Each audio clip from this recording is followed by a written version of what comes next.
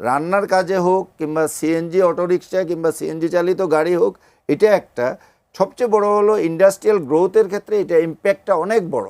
অনেক ইন্ডাস্ট্রি ঠিকমতো চলতে পারছে না। আজকেও আমার একজন শিল্পপতি কথা বলছিলেন যে ওনার ধামরাইতে শিল্প প্রতিষ্ঠান যে ওই এলাকায় আজকে 8 ঘন্টা বিদ্যুৎ থাকবে না, সকালেই জানিয়ে দেওয়া হয়েছে। উনি পল্লী বিদ্যুতের লোককে বলছেন যে ভাই আর কোন দিন কখন থাকবে না, অ্যাটলিস্ট এই ম্যাপটা দেন, তাইলে আমার ওয়ার্কারগুলোকে এইভাবে কাজে লাগাতে পারি।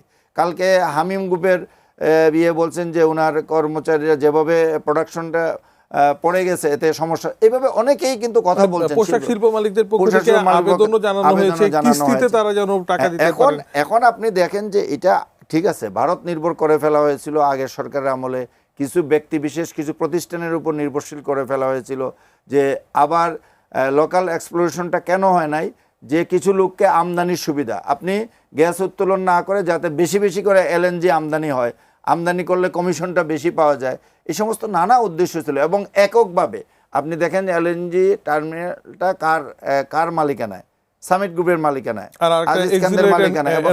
হ্যাঁ, তো এখন এইটাতে আগুন লেগে গেছে।